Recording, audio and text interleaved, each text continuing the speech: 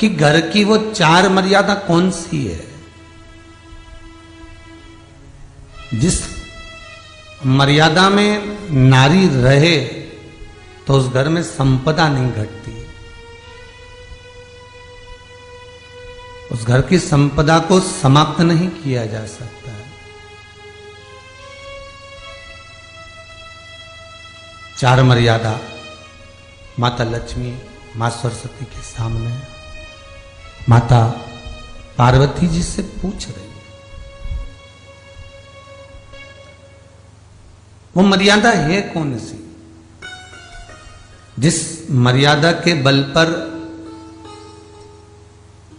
एक जो घर बसता है, घर जो बसाया जाता है, उस घर में सुख, सौभाग्य, संपदा, सत्ता, वैभव, प्रतिष्ठा, यश, कीर्ति, आरोग्यता, ये सब वहां रहे।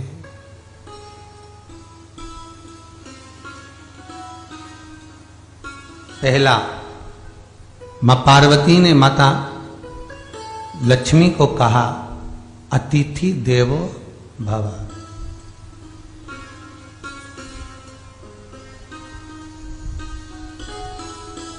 हमारे दरवाजे पर जब कोई अतिथि आए, हमारे दरवाजे पर कोई मेहमान आए, तो हम उसका आदर करें। परिवार के लोग जो आदर कर रहे हैं वो अपनी जगह पर है, भाई आदर कर रहा है वो अपनी जगह पर है, जेठ आदर कर रहा है वो अपनी जगह पर है, देवर मान सम्मान दे रहा है वो अपनी जगह पर है। पर सबसे पहला सम्मान घर की स्त्री को अतिथि का करना चाहिए।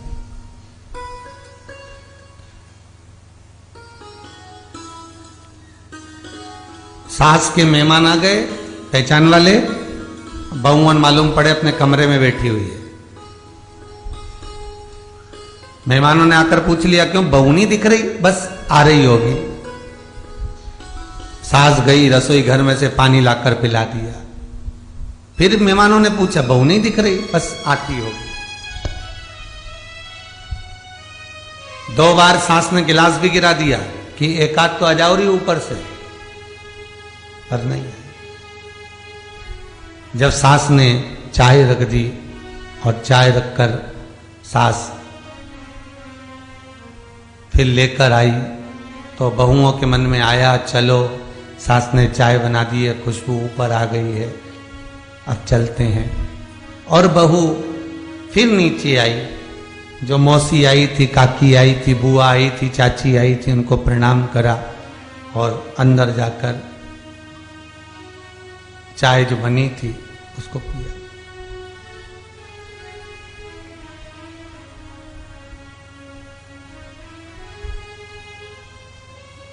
एक गरुड़ पुराण में लिखा है, 94 तरह के नरक में एक नरक है जो दरवाजे पर आए हुए अतिथि का सम्मान नहीं करता, उसको जल नहीं पिलाता, उसका मान सम्मान नहीं देता, उसका आतिथ्य नहीं देता, उसके लिए भी एक नरक रखा गया है।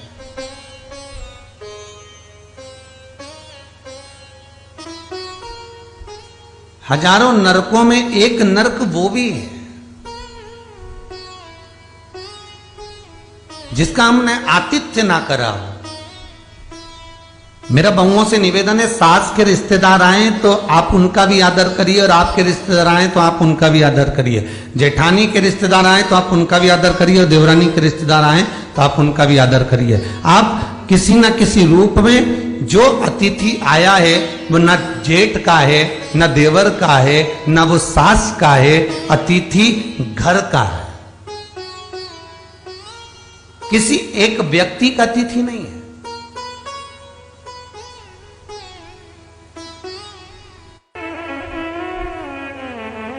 बड़ी बहू सोचे कि मैं घर की बड़ी, बड़े परिवार की, मेरे पास में बहुत धन दौलत, मैं काय को गिनूं किसी मेहमान को। छोटी बहू सोचे मैं काय को गिनूं, मंजिली सोचे मैं काय को गिनूं, संजिली सोचे मैं काय को गिनूं।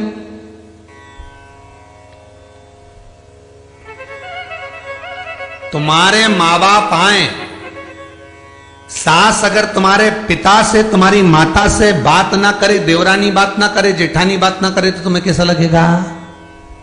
कि तुम्हारे माँ बाप आए और किसी ने सम्मान नहीं करा, उसी तरह सास के रिश्तेदार आए, तुम सम्मान नहीं करोगी तो उसको कैसा लगेगा?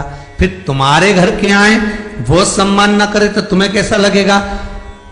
आतिथ्य, घर में कोई भी आए वो सबके लिए। दूसरा क्रम बताया, घर के दरवाजे पर जो तुलसी का पौधा होता है,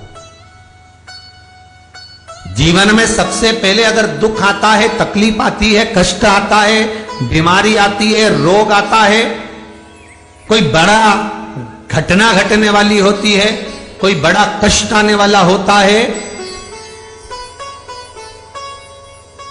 तो लक्ष्मी जी से माता पार्वती कह रही है, घर में जो तुलसी का पौधा होता है सबसे पहले घात उसी पर होती है।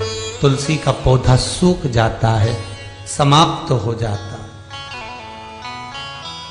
उसके डालियां मुरझा जाती हैं, नीचे लटक जाती है, मंजरी झुक जाती है, या तुलसी के कुंडे में जो मिट्टी है उसमें फफूंद पड़ जाती है।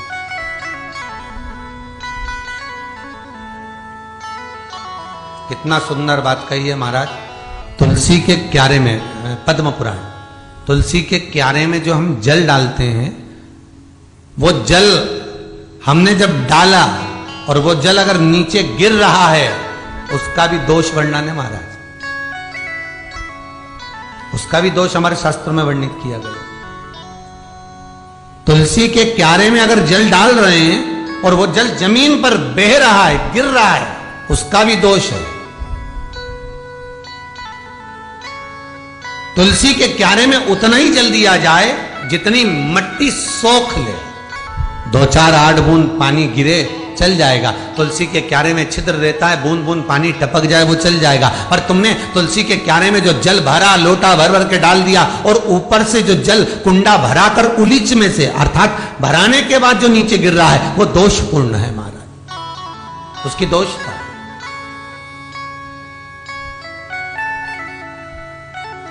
वो दोष देने, तो लक्ष्मी से माता पार्वती जी कह रही हैं कि दूसरा क्रम है घर में वैभव, लक्ष्मी, संपदा, प्रतिष्ठा, यश, आरोग्य को पाने के लिए तुलसी के क्यारे की आराधना, तुलसी के कुंड को नमन करना। तीसरा क्रम कहा, घर में चाहे नल लगा हो, चाहे आरओ का प्लांट लगाओ, पानी का, घर में छोटा छोटा आरओ प्लांट लगा लेता है, फिर भी घर के अंदर रसोई घर में एक छोटा सा मटका, मटका नहीं तो हंडा, हंडा नहीं तो बाल्टी, बाल्टी नहीं तो कलसा, पानी का भरा हुआ, जो नारी रखती है दूसरे दिन उस पानी को बाहर ढोल कर फिर वापस धोकर भर लेती है। मटका रोज धुलता है, हंडा रोज धुलता है, प्रतिदिन का। जितना जल उस पात्र में रहता है, भरता है, ऐसे ही घर में संपदा भरती। 3 क्रम बता। चौथा, नारी के मस्तक पर जो चीर होता है, ये पूर्वज, इसी चीर से कथा प्रारंभ हुई थी और वहीं पर पहुंच गई। लक्ष्मी पार्वती के संवाद पर चल रही है महाराज। मस्तक पर जो चीर होता है, मस्तक पर जो वस्त्र होता है, वो वस्त्र पूर्वजों का, पितरों का, कुल देवी देवताओं का आशीर्वाद।